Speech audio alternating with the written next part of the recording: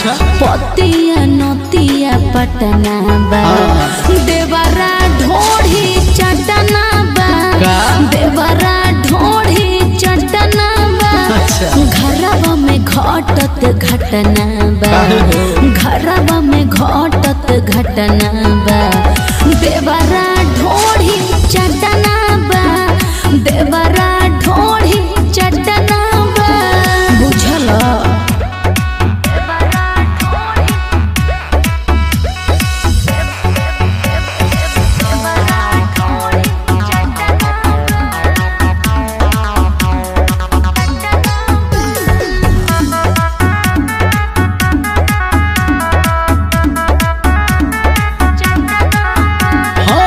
कर जनी न खरा हमरो बाबा खरा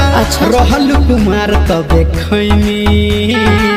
छोड़ के तू गइलू तार वाला भइलू भरत हमारा बेचैनी सच कहू कर जनी न खरा हमरो बाबा खरा रहल कुमार तबे खैनी छोड़ के तू गइलू तार वाला भइलू धरत हमारा बेचैनी सुना अरे अब नहीं हमारा रकटना बा घर में घटावत रोज घटना बा देवरा ढोढ़ी चटना बा देवरा ढोढ़ी चटना बा पतिया नतिया पटना बा देवरा ढोढ़ी चटना बा देवरा ढोढ़ी चटना बा। ढेर मजाक कर दू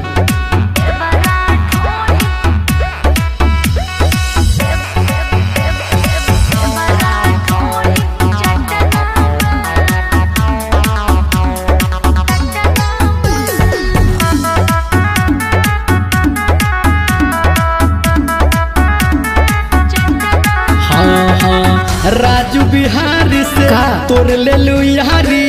बन गलू दोसरा के प्यारी धर्मेंद्र नीरा मलिया कहे बड़ू तू बड़का खिलाड़ी का हाँ राजू बिहारी से तोर ले लू यारी बन गलू दोसरा के प्यारी धर्मेंद्र नीरा मलिया कहे बड़ू तू बड़का खिलाड़ी जानता सुना लागत गोदाम हमर बटना बा घटे वाला चीज न हतना बा देवरा ढोढ़ी चटना बा देवरा ढोढ़ी चटना बा पतिया नतिया पटना बा पतिया नतिया पटना बा देवरा तोहर ढोढ़ी चटना बा अच्छा देवरा तो